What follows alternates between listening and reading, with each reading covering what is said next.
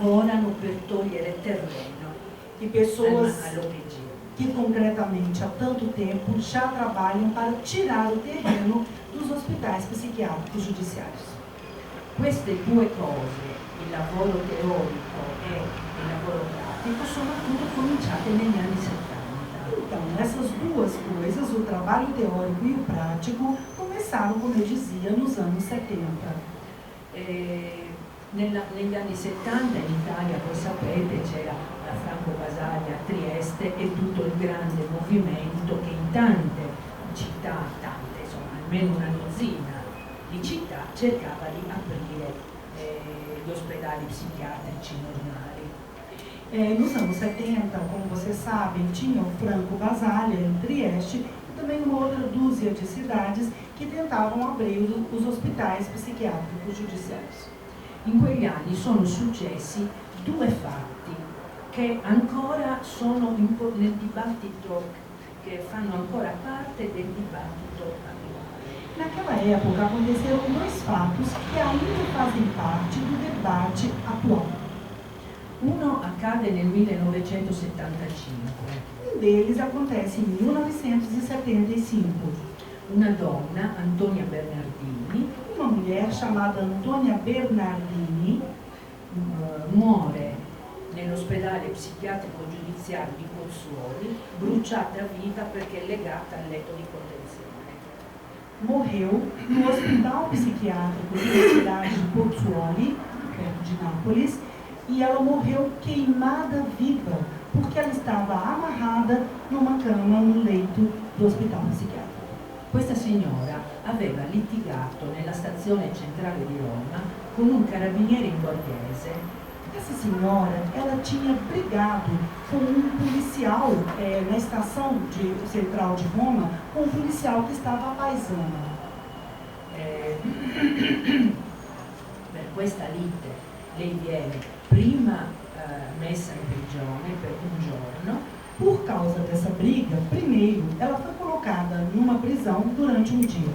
Però lei si ribella a questa ingiustizia, mas ela se rebelou contra essa injustiça e va nel manicomio giudiziario dove muore. E jogam ela no manicômio judiciário onde ela morreu.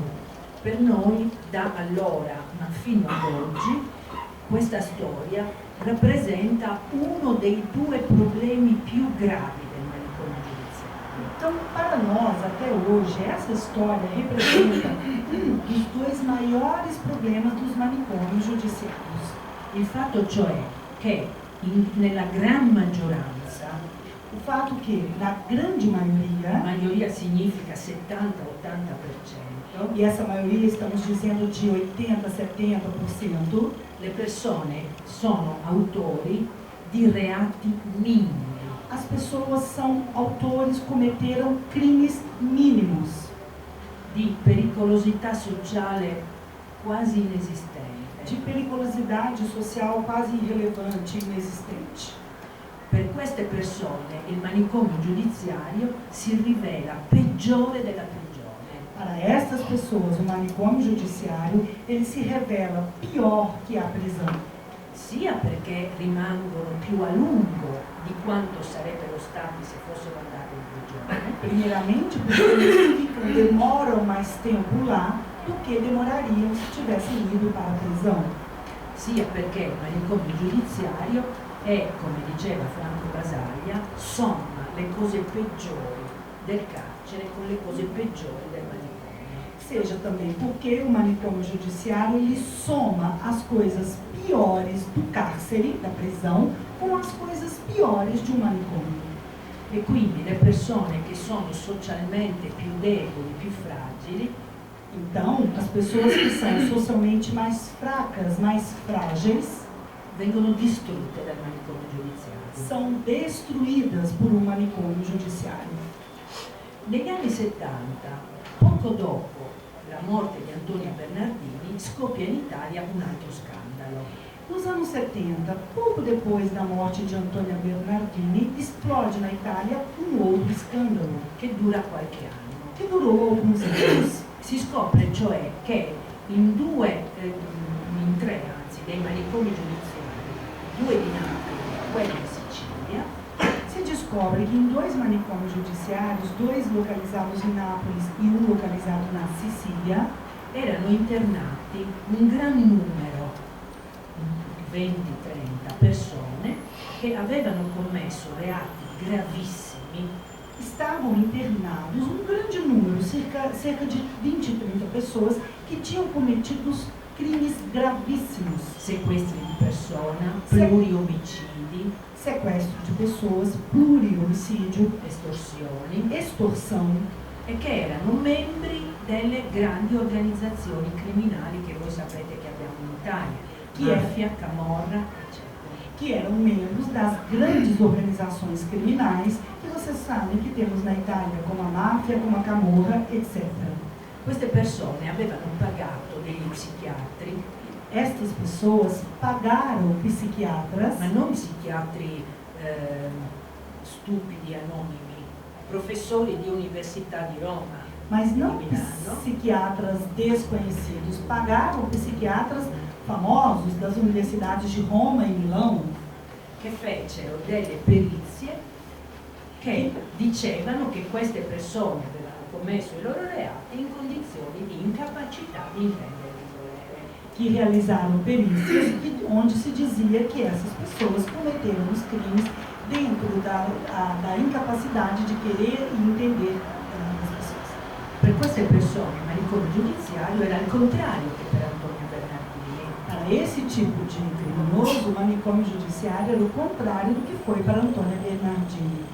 Loro pagavano il loro cibo, Eles pagavam a própria comida, lavavano i vestiti, lavavam as roupas, avevano accesso al telefono tinham acesso ao telefone e continuavano a comunicare con l'esterno e a continuare a pianificare i loro crimini. e continuavam comunicando-se com o exterior e planejando seus crimes. Quando questo scandalo scoppia e dura diversi anni, vi racconto solo la fine. Quando esse esquema explodiu e continuou por vários anos, eu vou então contar para vocês como acabou, como foi o final disso. Il finale è una storia noir. Si sono suicidati 2 direttori dei manicomi giudiziari, O final é como um filme noir. Suicidaram-se 2 diretores de manicômios judiciários e uno dei periti più importanti, il professor Semerari, e um dos peritos que assinou as perícias, um dos mais importantes, o professor Semerari, dell'Università di Roma, da Universidade de Roma, fu trovato ucciso dentro la sua macchina automobile, decapitato e con la testa messa nel posto del passeggero. Esse professor foi encontrado morto, assassinado dentro do seu carro, decapitado, com a sua cabeça colocada no banco do passageiro. Queste 2 questioni, la misura di sicurezza che è morte per i deboli e privilegio per i forti, Então essas são as 2 questões, a medida de segurança, que é morte para os fracos e proteção para os fortes, privilegio più che protezione, mais do que proteção, privilégio para os per i fortes, forti, rimane una questione ancora aperta. fica ainda como uma questão aberta. Nel dibattito italiano, ma non solo in realtà. No debate italiano, e na verdade não apenas nele. Il fatto però che ha creato una svolta nella situazione italiana è la riforma del 78, O fato, porém, é que isso criou uma revolução na questão italiana, que é a reforma de 1978, che ha avuto un'influenza molto importante sul problema del manicomio giudiziario. que teve uma influência muito importante, relevante, sobre o tema do manicômio judiciário. Adesso io non so quanto voi siete stanchi, perché secondo me, perché ci capiamo, è necessario che io ricordi cosa c'è scritto dentro la legge italiana di riforma. Bom, eu não sei se vocês estão cansados, porque para que nós possamos nos entender, eu preciso explicar o que está dentro da lei da reforma do manicômio judiciário italiano. La legge è molto piccola e il punto che a noi interessa, la legge è molto piccola, cioè sono 4 articoli della legge sanitaria generale. A lei é muito pequena que trata disso. Ela é pequena, são 4 artigos sobre a lei que fala do sistema sanitário italiano em geral. L'articolo che a noi interessa è uno solo, E o artigo que nos interessa é apenas um, che è quello che disciplina il trattamento sanitario obbligatorio. que é o que disciplina o tratamento sanitário obrigatório. Vi leggo che cosa dice l'articolo 33. Vou ler a vocês o que diz o artigo 33 della legge 833 da Lei 833 del 1978, de 1978. 30 dicembre.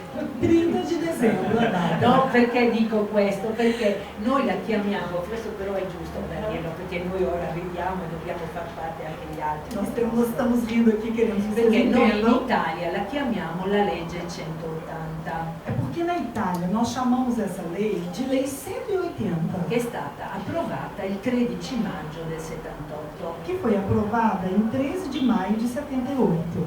Questa legge però restò in vigore solo 6 mesi, Mas essa lei, porém, ficou em vigor apenas 6 meses. perché nel 30 dicembre del 1978 Porque no 30 de dezembro de 78, fu inserita dentro la legge sanitaria, ela foi inserida dentro da lei sanitária, con pochi cambiamenti. com poucas mudanças.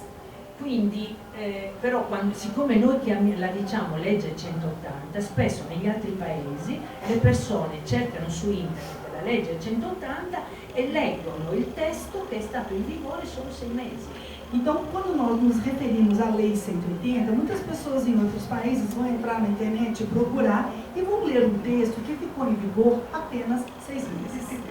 Io ora invece vi leggo un pezzo dell'articolo 33 della legge del dicembre, quella che è ancora in vigore. Bom, eu vou ler um pequeno pedaço do artigo 33 da Lei de 30 de dezembro, que ainda está em vigor. Adesso leggo questo. Sì, leggi direttamente questo. Nel rispetto del trattamento sanitario obbligatorio, no aspetta, dov'è? Il trattamento sanitario obbligatorio deve essere effettuato, questo devi leggere fino a quel, no, l'articolo 34, ho sbagliato, l'articolo 34.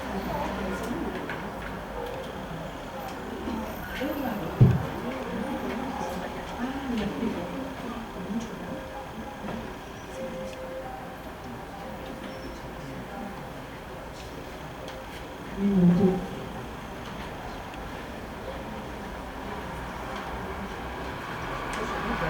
Appunto l'articolo giusto è questo, la legge. O artigo correto é o 34, na verdade. Allora, il trattamento sanitario obbligatorio. O tratamento sanitário obrigatório para outras doenças que a lei disciplina com o artigo 33, o tratamento sanitário obrigatório por doença mental deve se desenvolver no respeito da dignidade da pessoa e dos seus direitos civis e políticos e deve ser acompanhado por iniciativa voltada para garantir o consentimento e a participação por parte da pessoa obrigada. Allora, io puoi leggere anche tutto. Depois, o tratamento sanitário obrigatório, ele tem que ser pedido por 2 médicos, um dos quais deve ser psiquiatra. Está disposto pelo síndico ou por um seu delegado. Prefeito. Oh, perdão, prefeito, desculpa. Estar também autorizado pelo juiz tutelar, que é também responsável pela tutela jurisdicional do tratamento sanitário obrigatório. Perché adesso questo è il commento, vorrei commentare con voi questo, perché io ho letto tutte le parole dell'articolo. Eu queria comentar com vocês, porque eu li todas as palavras do artigo. No, e devo anche, no, però devo leggervi anche un altro pezzo di un secondo. Me desculpem, eu tenho que ler também um outro pedaço. Quando si deve fare il TSO? Em que caso tem que ser feito o tratamento sanitário obrigatório, chamado com a sigla TSO? Se esiste. Deve ser efetuado se existirem alterações psíquicas tais da requerer intervenções urgentes terapêuticas e se os mesmos não forem confirmados, aceitos pelo enfermo. Allora, la procedura del trattamento sanitario obbligatorio non contiene il giudice, o meglio, il giudice c'è solo nella funzione di controllo giurisdizionale. O procedimento do tratamento sanitário obrigatório não consta o juiz. Ele consta só apenas se tem que controllo giurisdizionale e controllo dopo 72 ore, insomma, funzione di controllo. Presente apenas no controle jurisdicional e também no controle após 72 horas. Nell'articolo che dice quando si deve fare, já no artigo que diz quando tem que ser feito o tratamento sanitário voi obrigatório, avete sentito la parola urgente intervento terapeutico. vocês escutaram a palavra urgente intervenção terapêutica.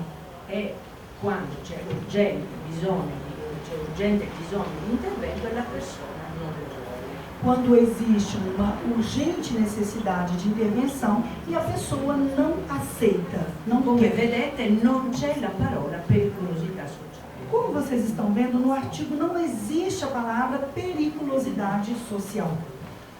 Questo è un punto estremamente importante per l'evoluzione successiva del problema del manicomio giudiziario e anche per l'evoluzione successiva del ruolo dello psiquiatra e del servizio psiquiatrico. Isso é um ponto fundamental para depois se entender o manicômio judiciário e também o papel do psiquiatra na definição do manicômio judiciário. E ora leggerò questo.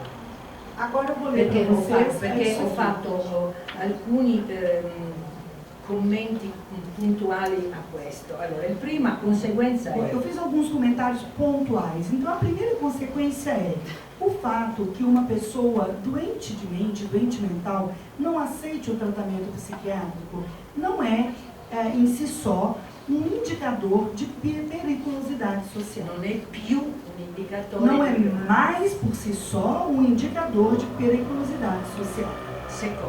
Segundo ponto, o psiquiatra não é mais obrigado ao controle e à repressão da periculosidade social em forma de doença mental. Terceiro, obrigar uma pessoa doente mental ao tratamento significa tutelar os seus direitos, não comprimi-los, exigi-los.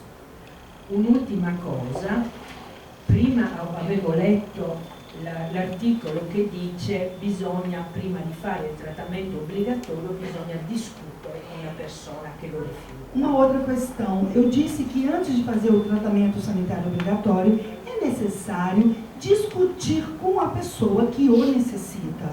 È necessario anche rispettare... Que o recusa. Sì. Ed è necessario rispettare i diritti e la dignità di questa persona. E é necessário respeitar os direitos e a dignidade desta pessoa.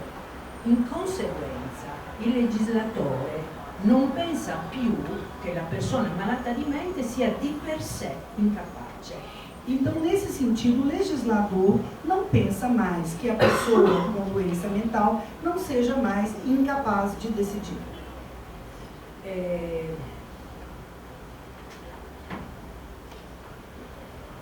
Io ho detto prima che la legge non usa il concetto di pericolosità sociale. Então, o que eu disse antes foi que a lei não usa o conceito de periculosidade social.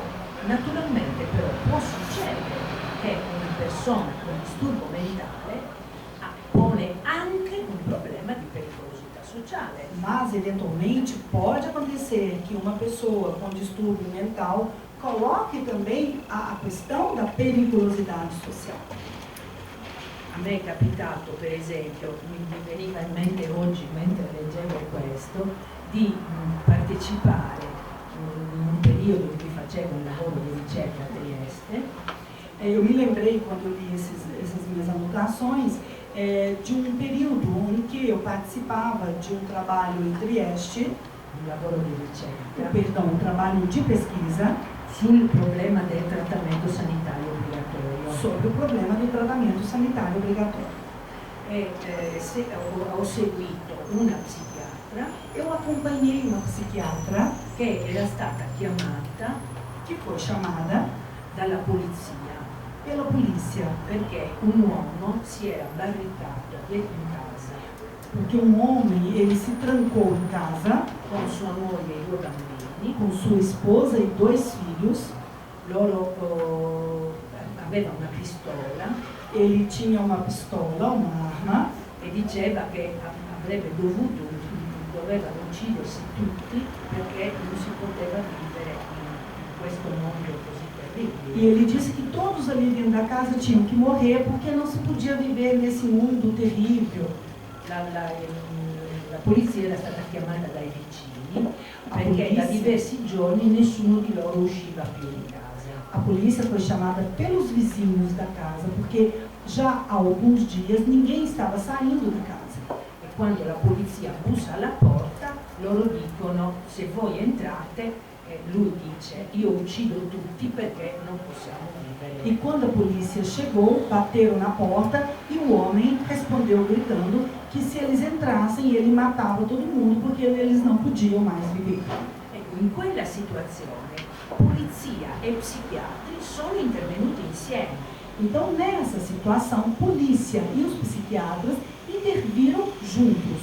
Però lo psichiatra non ha fatto la parte del poliziotto, Mas o psiquiatra não fez a parte do ha policial, fatto la sua parte. ele fez a sua parte. Ha parlato concretamente, questa psichiatra donna ha parlato un'intera mattina Era uma psiquiatra mulher e ela conversou toda manhã com a dietro la pessoa. porta, Ela de trás da porta e ele lá dentro. fino a quando non è riuscita, perché non è riuscita a farsi aprire. Até quando ela acabou conseguindo fazer que ele abrisse a porta. La pistola c'era davvero, A arma existia quindi realmente. c'era davvero un problema di pericolosità sociale. Então existia realmente um problema de Però periculosidade il social. punto è questo: lo psichiatra deve fare lo psichiatra, il poliziotto deve fare il poliziotto. Mas a questão, o ponto é esse. O psiquiatra tem que fazer o seu papel de psiquiatra e o policial de policial. La legge italiana chiede questo. A lei italiana requer isso. Se poi volete possiamo anche discutere di che cosa succede poi in Italia, perché Depois, se vocês quiserem, podemos conversar e Perché come discutir o que potete acontece hoje na immaginare, Itália. da 30 anni ci sono gli psichiatri e i servizi di salute mentale che sono coerenti con la legge, Porque, como vocês podem imaginar, já há 30 anos a lei existe, os psiquiatras e os serviços policiais que são coerentes com a lei, e quelli che no. e também tem aqueles que não. E quelli che, gli psichiatri che fanno i poliziotti e chiedono, e anche gli psichiatri che chiedono ai poliziotti di fare gli psichiatri. Inclusive, tem os psiquiatras que fazem papel de policial e também os psiquiatras que pedem aos policiais para fazer o papel de psiquiatras. Cosa vuol dire questo? Che quando c'è una situazione di crisi e la famiglia chiama, O que significa isso? É que quando há uma situação de crise e a família chama, il servizio psichiatrico, anziché andare a casa, o serviço psiquiátrico, no lugar de ir até a casa, manda l'ambulanza manda a ambulância con infermieri grossi com enfermeiros bem fortes, un medico generico, um médico geral, o vigili urbani, o policial, o chamado vigile urbano, sì, o anche polizia, ou cioè até mesmo a polícia mesmo, i militar, quali intervengono violentemente os spesso quais vão intervir de maneira muito violenta com a camisa de força e portano la persona dallo psichiatra che sta aspettando nell'ospedale. e levam a pessoa até o psiquiatra que ficou lá esperando no hospital. Questo è quando lo psichiatra chiede al poliziotto di fare lo psichiatra. Esse é o exemplo de quando o psiquiatra pede ao policial de fazer o papel de psiquiatra. Questo però, dopo parleremo del rapporto tra i principi e la realtà. Depois falaremos sobre isso, sobre a relação dos princípios e da realidade. E del fatto che quindi è necessaria una lotta continua perché la contraddizione tra i principi e la realtà sia minore, la distanza. E que também do fato que é necessária uma luta contínua para que se diminua essa diferença entre realidade e princípios. E io però vorrei ancora dirvi alcune cose sul processo di riforma che c'è stato in Italia. Bom, agora eu também quero falar algumas coisas sobre o processo de reforma que aconteceu na Itália. Nel campo del manicomio giudiziario, No campo do manicômio in judiciário, conseguenza della riforma psichiatrica. como consequência da reforma psiquiátrica. Noi abbiamo, credo che ce l'abbiate anche voi qua in Brasile, la Corte Costituzionale. Acho que vocês também têm aqui no Brasil o Tribunal Superior Constitucional, a Corte Constitucional. Che il tribunale, non è un tribunale, è una corte proprio perché è il massimo livello, che giudica, il giudice, quando un giudice trattando un caso. É uma corte superior que ela trata quando tem um juiz, por exemplo, tratando um caso, Che vede che ci sono due leggi in contrasto tra loro. e ele vê que existem duas leis em contraste entre si. In quel caso il giudice chiede alla Corte Costituzionale quale legge lui deve applicare. Nesse caso, o juiz ele pede para a Corte Constitucional qual das duas leis ele tem que aplicar.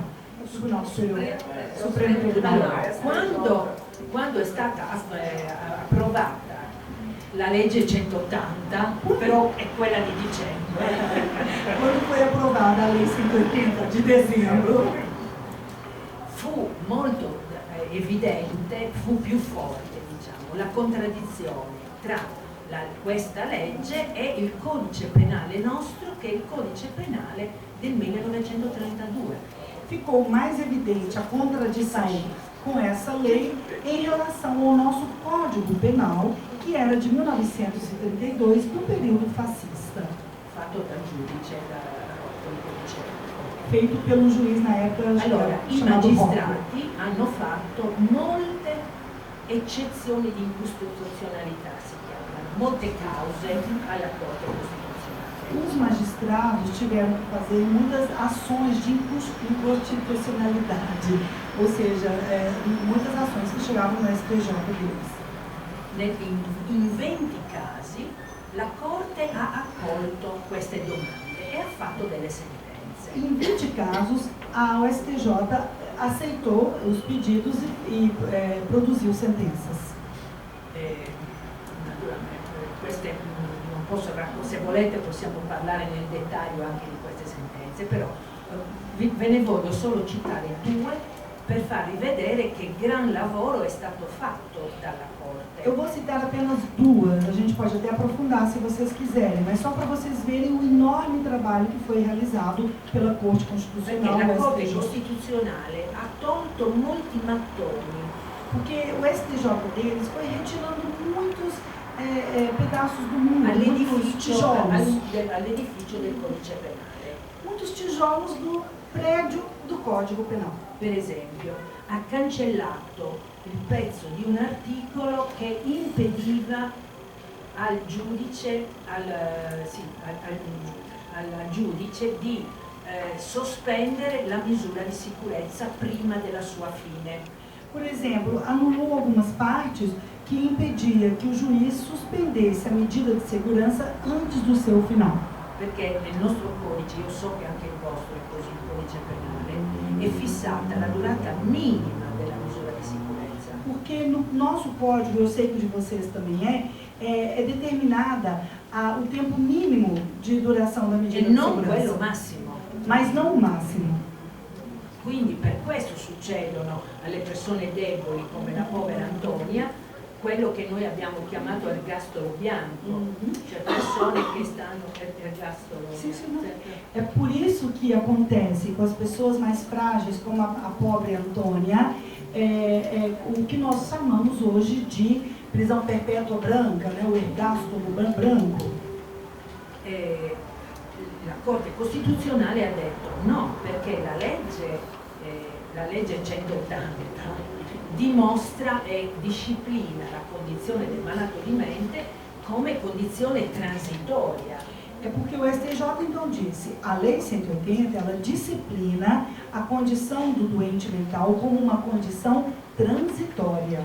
Quindi la misura di sicurezza, che è cura e custodia, può essere sospesa, dice il giudice, prima. Então, a medida de segurança, que é o tratamento e a custódia, pode ser suspendida antes. Anche prima del suo minimo.